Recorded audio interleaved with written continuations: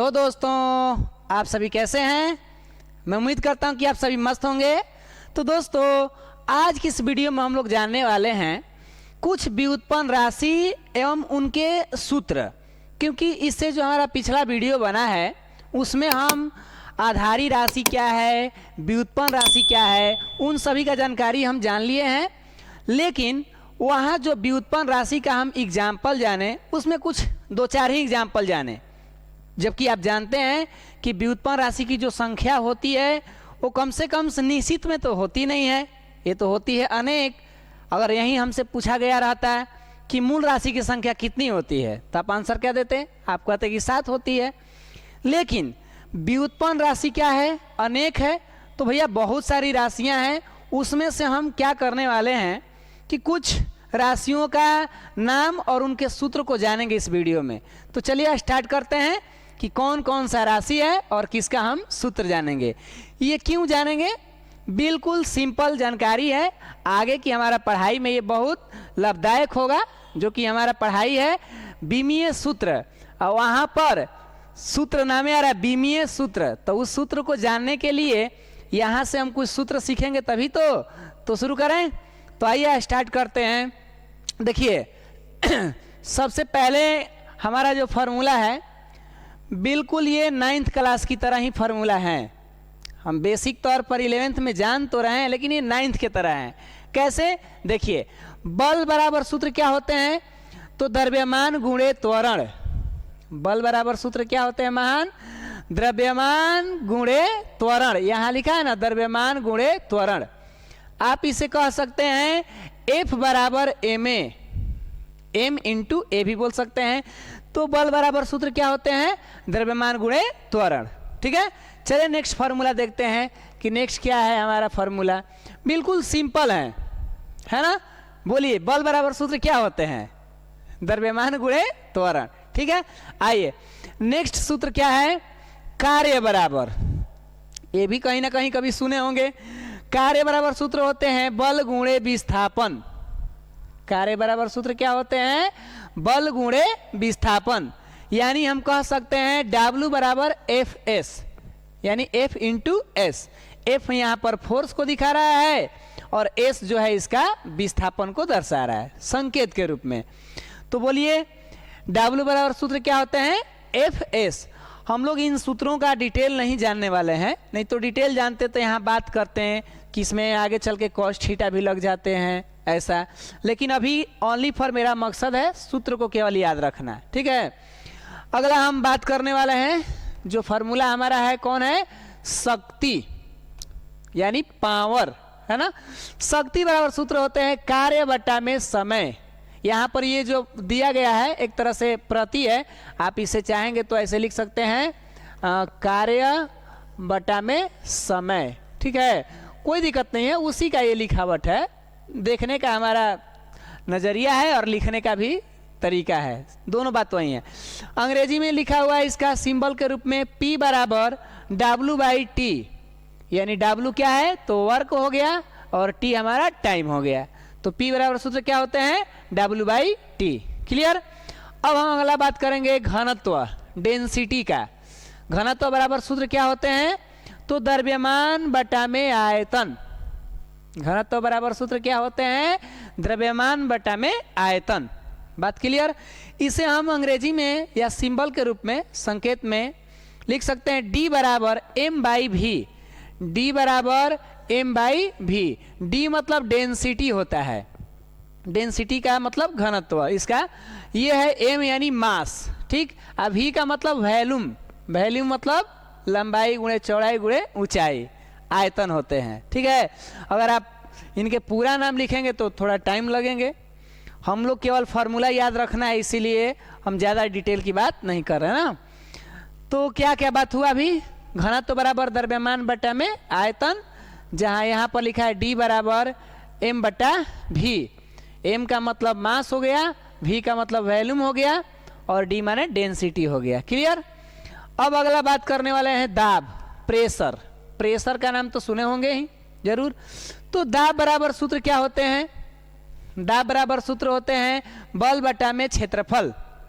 दाब बराबर सूत्र क्या होते हैं? बल बटा में क्षेत्रफल, यानी इसे कह सकते हैं P बराबर F बाई ए। P बराबर F बाई ए। F मतलब फोर्स होंगे और A जो है यहाँ पर एरिया है। क्लियर? और P जो अपना है वो तो प्रेशर है, प्रेशर माने दाब हो गया। मस्त है ना, समझ में आ रहा ना महान लोग?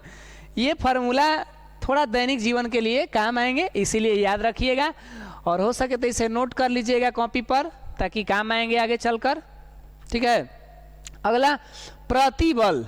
देखिए, जैसे दाब है उसी तरह से ये भी अपने आप में एक ऐसा राशि है जो बिल्कुल दाब की ही तरह इसका भी फार्मूला और मात्रक बनते हैं, लेकिन ये दाब कहीं अलग, प्रतिबल कहीं अलग राशियां हैं। ठीक है, ऐसा ना है कि मात्रक और उसका सूत्र एक जैसे हो तो दोनों एक ही हो जाएगा।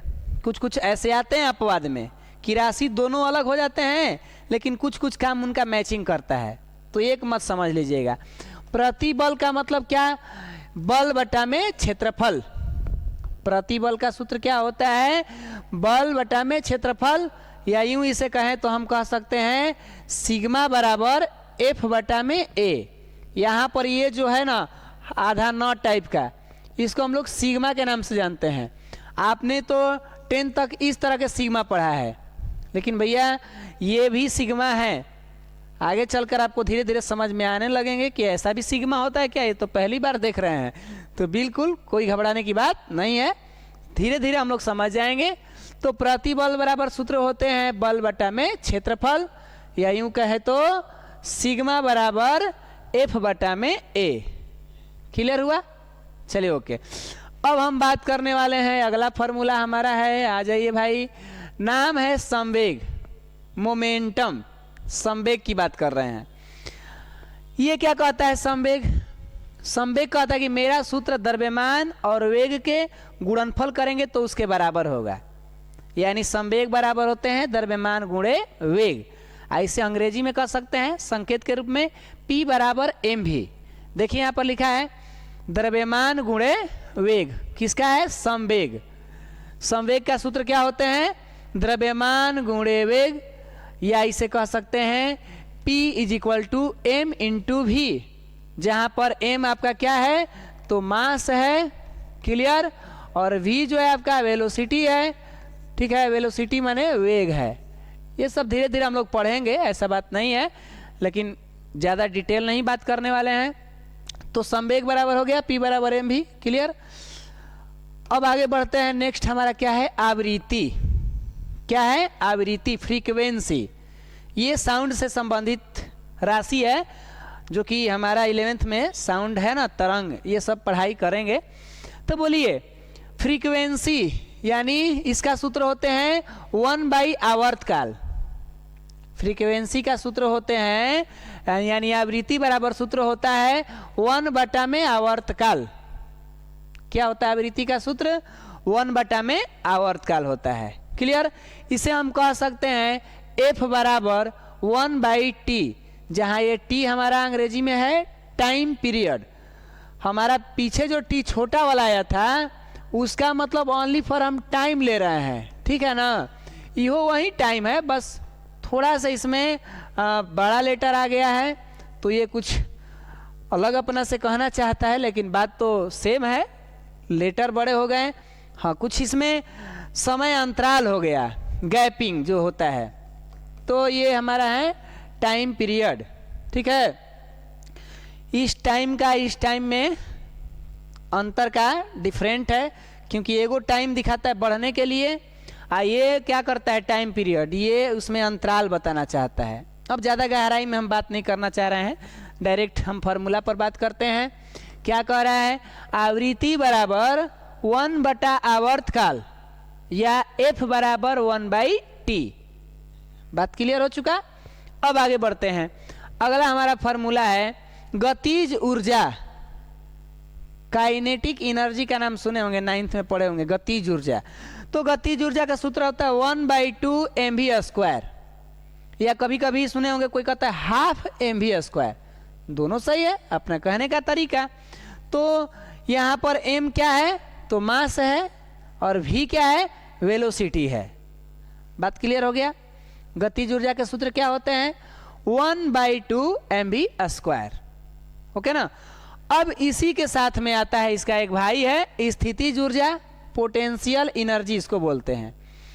ये पोटेंशियल एनर्जी का सूत्र क्या होता है, mgh। यहाँ पर इसको अंग्रेजी में ही लिख दिया गया है, आप इसे हिंदी में भी लिख सकते हैं। मेरा मेन फोकस था कि जो सामान्य तरीका से है उसी लैंग्वेज में पेश करते चलें। धीरे धीरे हम लोग हर एक चीज़ का सबका मान सम्मान करना है ना, कोई भी लैंग्वेज हो उसका अपने लेवल में कदर है, इसीलिए हमारा हिंदी भी अपना कदर है, अंग्रेजी का भी जरूरत पड़ता है जीवन में। तो देखिए गतिज ऊर्जा बराबर क्या होते हैं 1/2 mv², और इसका दूसरा भाई जो है स्थितिज ऊर्जा ये कहता है mgh। अब यहाँ पर m का मतलब g का अर्थ और h का 3 गुना है जी, तो बताइए क्या होगा। तो जाहिर सी बात है कि m का मतलब मास होगा और g जो है ये ग्रेविटेशनल पढ़े होंगे, गुरुत्वीय त्वरण। तो ये एक्सीलरेशन भी अंग्रेजी में हम लोग एगो त्वरण ये होता है, ए वाला त्वरण, एगो जी का त्वरण होता है। अब हम इस पर डिटेल बात कभी करेंगे, तो इसको हम लोग हिंदी में ही लिख सकते हैं गुरुत्वीय त्वरण। क्या लिख सकते हैं, गुरुत्वीय त्वरण। जी का मतलब गुरुत्वीय त्वरण और एच का मतलब ऊंचाई, वस्तु से किसी वस्तु का पृथ्वी के सतह से किसी वस्तु की ऊंचाई। यहाँ लिख लीजिएगा द्रव्यमान, द्रव्यमान, ठीक है। तो m क्या बताता है, द्रव्यमान को, g बताता है गुरुत्वीय त्वरण को, और h बताता है ऊंचाई यानी हाइट को बताता है। तो ग्रेविटेशनल एक्सीलरेशन हो गया ना। तो फाइनली हमारा जो ये फार्मूला था क्या हो चुका, समाप्त हो गया। तो आज के लिए बस इतना ही रहेगा, आपसे मिलते हैं अगले वीडियो में। तब तक के लिए आप मस्त रहिए, स्वस्थ रहिए। जय हिंद, जय भारत।